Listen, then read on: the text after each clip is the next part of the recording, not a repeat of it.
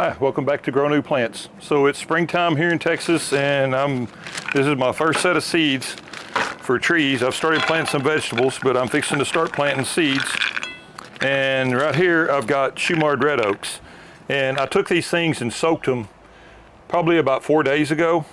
And I didn't have time to plant them yet, so I just pulled them out and put them in a bag with a little bit of water to keep them moist.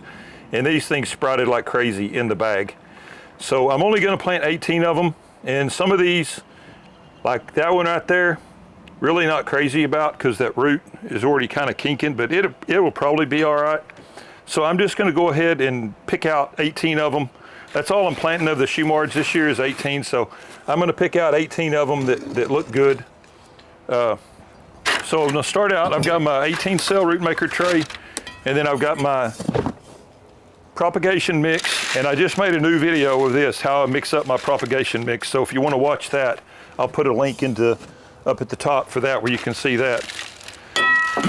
But it's basically half perlite, half peat moss, and then the Rootmaker 6 fertilizer. And if you're interested in any of this Rootmaker stuff, I've got a discount code. I got a link to the Rootmaker store down there. And then I've got a discount code too. You can get 15% off if you use my code. So basically I just take this thing and I just kind of loosely put it all in here, and I kind of shake it down a little bit. And then I just very lightly, just to get out any air pockets, come into each cell and push down on that just a little bit. Okay, and I come back again.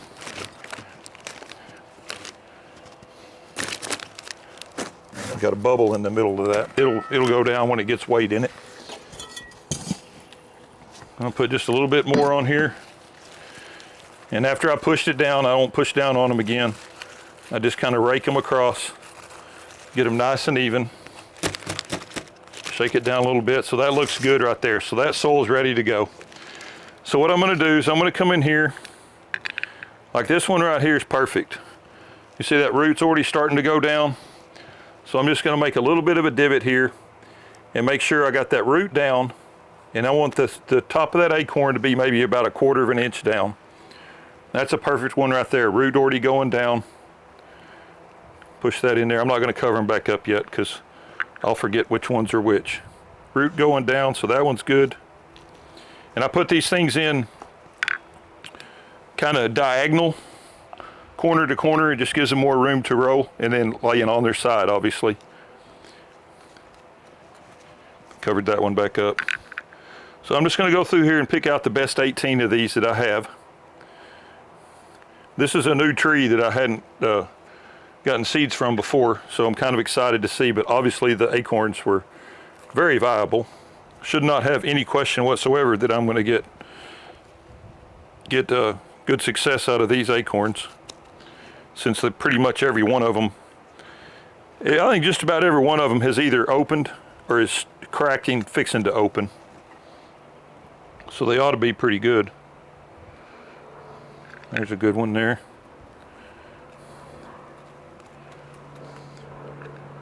There's a good one. So I'm gonna go ahead and post this video, and then I'll come back. Probably won't be that long. When I get these things, I'll probably go ahead and wait till they get big enough to transplant, and then I'll do a follow-up video, and then I'll move them up into the 1-gallon Rootmaker pots from there. But these roots will, ideally you want them in place before they do this, but these roots they'll find their way back down. Somehow or another they know which way to go. I need 3 more of them. There's a good one. And that's got a kinked root in it. I don't really want that one. And one more. There's a good one right there. Okay, so now I'll just kind of take just a little bit extra soil again, put across the top. Just rake at the top, and that way the acorns are covered good where they don't dry out and they stay moist. Now, one thing that I did do too, I planted some tomato seeds yesterday, and I filled up all my containers, and I was gonna pre-water them, and I watered them and watered them and watered them, and the dirt never got wet. The soil never got wet, just the very top layer. I could dig down just a little bit and then I would still have dry soil. So peat moss if it gets too dry, it gets hyperbolic, meaning it will not absorb moisture. And so what I ended up doing is I put all that soil back into my container. I wetted it down just a little bit just to get it where it's kind of like this. You know, you can kind of squeeze it. You can see it's got some moisture in it, but it's not sopping wet. And so that's what I'm going to do from now on, just so these things will take water good.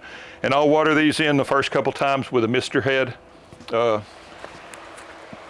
Here's the one I have right here. It's a dram, 1 gallon a minute mister head. So I'll put this on the end of my hose and I'll water them in like this until I get them good and soaked. And I'll water them that way for the first couple times till the soil settles really good. Then I can just use my regular, heads, my regular water heads that'll water them a lot quicker. So I'm gonna go ahead and I'm gonna move the camera in and I'm gonna show you inside the greenhouse and where I'm putting these and show you my device that I built last year. I did a short video on it, but I've never really shown it, but I'm gonna show you my plant table that keeps the squirrels from coming in there and eating all these acorns. So we'll move in and look at that.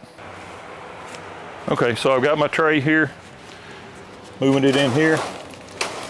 So this is my table that I built.